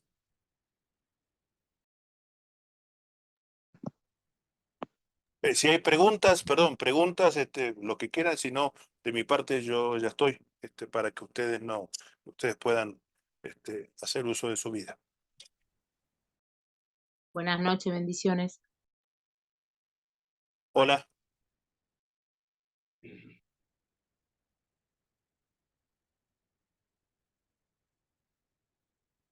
Daniel, ¿me escuchás? Sí, Jorge, sí. Sí. Me habías comentado que las tres clases que quedan, una te dedicas a Marco, otra a Lucas y otra a Juan. A Mateo, sí. A Mateo, perdón, y a Lucas, ¿así va a ser? Sí, la idea es hacer una breve síntesis de evangelio, uso de evangelio, la palabra evangelio, y eso la próxima semana, al inicio, pero vamos a meternos de cabeza a ver el evangelio de Juan, el evangelio de Marcos, perdón, porque vamos a hacerlo en ese orden, porque no para llevarle la contra a como está impreso la Biblia, sino porque Sí. el evangelio de Marcos es el primero, que se reconoce como el primero, y del cual luego toman los Mateo y Lucas y lo incluyen totalmente en sus escritos con modificaciones y agregan otros contenidos. Pero el Evangelio de Marcos es medular, ¿no? Es como la piedra fundamental para la construcción de los otros dos evangelios, para los sinópticos. Y vamos a hacerlo así y vamos a tener ejemplos puestos, ver la estructura. Para ayudar en la estructura nos va a ayudar a entender cómo va fluyendo el pensamiento del autor, ¿no? Porque eso es interesante para recordar. Los evangelistas no solo son compositores del libro, sino son autores. Toman muchas cosas que venían circulando a partir de la tradición oral o pequeñas colecciones de escritos. Por ejemplo, se agrupaban 5 historias de milagros de Jesús. Se agrupaban 4 enseñanzas. ¿Por qué se agrupaban? Porque agrupadas era más fácil recordar, de ir de boca a oreja y se podían enseñar y se podían memorizar mejor. Acordémonos que en ese tiempo la lectura y la escritura no eran, la escritura no era una práctica muy al alcance de todos, ¿no? Pero luego Marcos, Mateo y Lucas toman eso, mejor dicho, Marcos toma todo eso y lo pone en un texto, lo arma, yo creo personalmente bajo la guía e inspiración del Espíritu Santo, para cumplir el propósito que Dios le guió a Marcos, pastor, pastor y maestro, para enseñarle a su iglesia, a su comunidad. Entonces, y ahí entonces la estructura nos ayuda a entender cómo podemos encontrar una hilación, ¿no? Una hilación en términos que son claves. Esos términos claves nos pueden ayudar a nosotros hasta para la predicación. eh, iluminan, iluminan la estructura ilumina el pensamiento y nos ilumina lo central, lo medular que nos quiso compartir cada evangelista bajo la guía del Espíritu.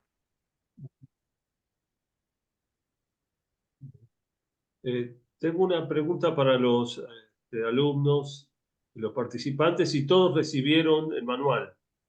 Si alguno le falta, tiene que dirigirse al pastor Potenzo, Carlos, para que recibirlo. Jorge, Pastor Jorge, Emanuel y ¿Cómo? Norma tienen una pregunta. Emanuel y Norma tienen una pregunta. Sí. sí, Pastor, buenas noches. A mí me resultaba interesante cómo el comienzo de que marca Marcos, Ajá. y pensaba en la defensa del Evangelio que hace el apóstol Pablo, ¿verdad? Que hay sobre todo en Gálatas, que dice, no existe otro Evangelio, ¿verdad? Y hace toda una defensa. Digo, tendrá que ver también en ese momento que escribe Marcos una idea, digamos, hacer una defensa también del Evangelio, Sí, presentándolo de esta manera, el sí, Evangelio de sí, Jesucristo. sí. Mira, y ahí, por ejemplo, vos estás metiendo un tema que es bien interesante. No es el tema de lo que vamos a hablar, pero es bien interesante. Eh, la carta a los Gálatas, que es una de las que se reconoce sin ninguna discusión como una de las cartas auténticas, autentiquísimas, digamos, de Pablo, es una carta que rompe el estilo de las cartas. Las cartas, por lo general, no es un invento paulino, el género literario cartas. Eso era muy común usar cartas, escribir cartas en ese tiempo, para todo, ¿no? No solo las cartas de amor, sino cartas, lo que sean cartas. Se escribían cartas. La carta tenía la presentación de el autor y los destinatarios, por lo general un párrafo de elogio hacia el destinatario, una eulogía, un discurso de bendición sobre la persona, o sea, qué bueno, qué lindo que son ustedes, qué chévere, todo. Perdón, chévere es un término que es de acá, que significa wow, ¿no? Súper, una cosa así. Y luego viene la descripción del tema, el motivo central de la carta, y termina con saludos. La carta a los Gálatas rompe esa estructura porque Pablo no tiene nada bueno que decir. O sea, Pablo parte de la presentación, en su presentación, una presentación apologética, ¿no? Diciendo que yo, Pablo, por voluntad de Dios, a los cristianos de Galacia. Me asombra que hayan sido tan bobos, que se hayan dejado seducir, dice otras palabras más fuertes, pero yo no digo bobos, que se hayan dejado seducir por los que los quieren desviar, que hayan creído otro evangelio diferente al que yo les prediqué. Pablo le está escribiendo a gente que él evangelizó, que él les predicó a Cristo. ¿Okay? Y ahí empieza, no es que haya otro evangelio, sea maldito el que le predica otro evangelio, toda la cosa, ¿no? Todo lo que sabemos. Y es que Pablo estaba luchando contra una corriente de creyentes que se llaman judaizantes, que querían poner a Cristo, aceptaban a Cristo, pero más, Cristo más, Cristo más buenas obras, Cristo más cumplir la ley, Cristo más la circuncisión. O sea, Pablo llega a decir, ok, hello, el que se circuncida se desgarra. O sea, se desgarra de Cristo, o sea, se divide, o sea, la circuncisión es un desgarro, literalmente, desgarro de la piel del prepucio, y Pablo hace la analogía, circuncidarse es igual a desgarrarse de Cristo, es caer de la gracia. O sea, Pablo está hablando está defendiendo el evangelio que él predicó, que es gracia pura, gracia, gracia, gracia, gracia. No hay otra cosa más. Marcos, lo vamos a ver la semana que viene, está hablándole a una comunidad que más o menos allá por el año 60, posiblemente ubicada, ahí la división está dividido los destinatarios, el origen de la iglesia de Marcos, mayormente siempre se lo califica como Roma, que es el centro del imperio, o sea, está en el vientre de la serpiente, y otros dicen que también es la iglesia, es una iglesia ubicada en la zona norte de Israel, de Palestina, por donde estaría Siria, pero son situaciones muy difíciles, una iglesia que está sufriendo mucho por el avance romano, está sufriendo mucho por la persecución de los que son de su comunidad, que los ven como extraños porque siguen a este nazareno que murió colgado de una cruz, o sea, que es un tipo que no se debe seguir. Y sin embargo, ese que está colgado de la cruz, en la cruz es el único lugar donde se lo puede reconocer como el Hijo de Dios. Así como dice el centurión allá en 14:9, ¿no? Verdaderamente este hombre era hijo de Dios. Y no cualquiera hijo de Dios, ¿no? El Hijo de Dios que había sido confirmado por Pedro en capítulo 8 y el Hijo de Dios que es anunciado en el capítulo 1:1, ¿no? La hilación de los tres términos, los tres pasajes. O sea, Daniel, Marcos está también haciendo eso y ya me callo porque si no sigo hablando, perdón. no, Espero Daniel, responder, sí. no sé si lo explicaste, porque a mí se me apagó la computadora, tuve Ya. problemas, pude haber perdido algo, porque da la sensación, aunque ya dijiste algo, que se escribieron los libros, el Nuevo Testamento, como están puestos. Ya dijiste que Marcos fue el primero, pero ¿por qué los evangelios se escribieron cuando ya había algunas cartas, varias cartas? ¿Por qué se escribió los evangelios cuando ya había varias cartas de Pablo y otros, ¿no? Sí.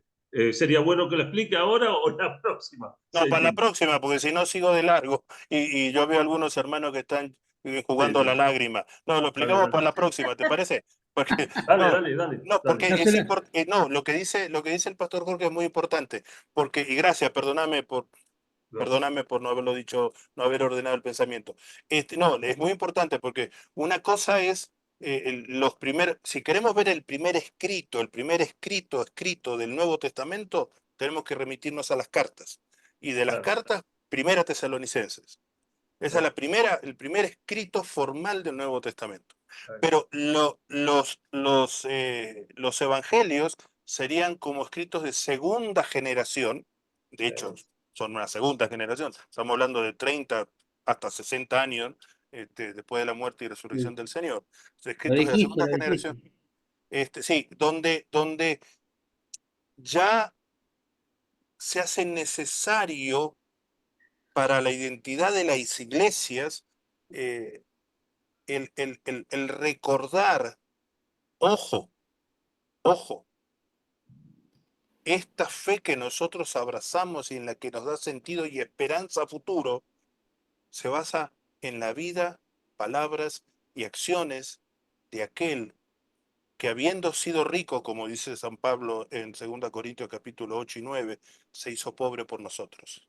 Y que desde la pobreza nos mostró el camino al Padre y su nacimiento fue un motivo de gran alegría para todo el pueblo, como dice Lucas en el capítulo 2 en el anuncio de los pastores, ¿no?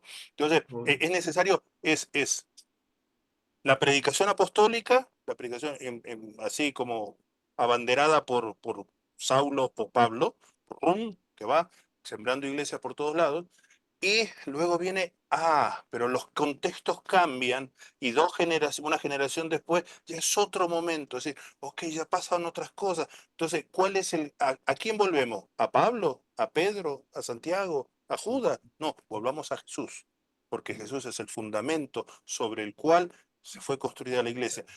Algo que anticipa ya Pablo, allá por el año 60, con la carta a los Corintios.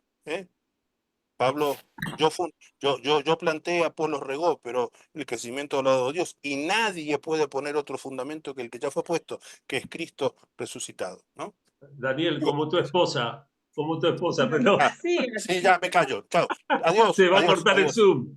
Se va a Adiós. cortar el Zoom. Adiós, perdón. No se oye, padre, no se oye, no se oye. No se oye, perdón. Esperamos Chao. el próximo lunes, el 29.